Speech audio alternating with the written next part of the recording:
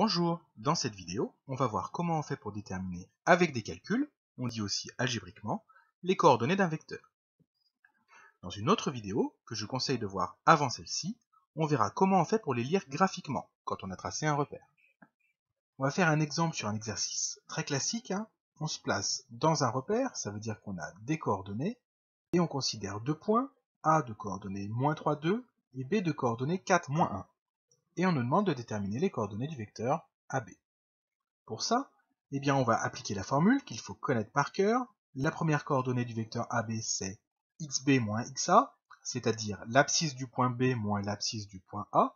Et la deuxième, c'est yb moins yk, c'est-à-dire l'ordonnée du point B moins l'ordonnée du point A. On fait toujours les coordonnées de l'extrémité du vecteur, ici c'est le point B, moins les coordonnées de l'origine du vecteur, ici c'est le point A.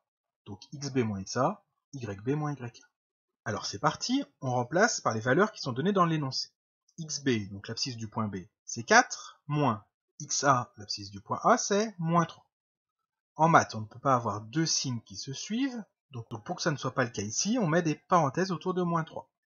Pour la deuxième coordonnée, on fait yb, l'ordonnée du point B, c'est-à-dire -1, moins ya, l'ordonnée du point A, qui est 2.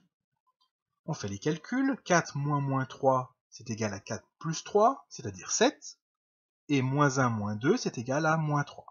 Donc on a déterminé les coordonnées du vecteur AB.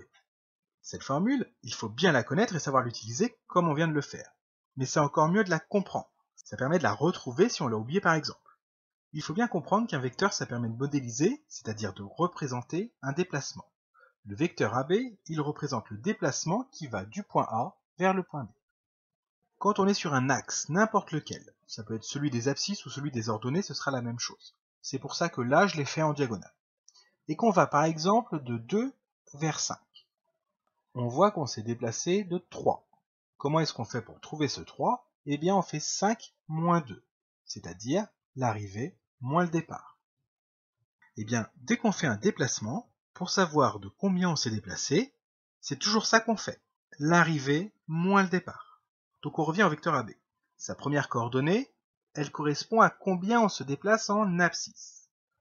Eh bien, on part de l'abscisse de A, c'est-à-dire -3, et on se déplace vers l'abscisse de B, c'est-à-dire 4. Donc en tout, on s'est déplacé de 4 moins -3, on fait l'arrivée moins le départ, c'est-à-dire 4 plus 3, donc 7. On retrouve le xb moins xa, le 4 moins -3. Pour la deuxième coordonnée, c'est la même chose. On regarde le déplacement qu'on fait en ordonnée. On part de l'ordonnée du point A, c'est-à-dire 2, et on va jusqu'à l'ordonnée de B, c'est-à-dire -1.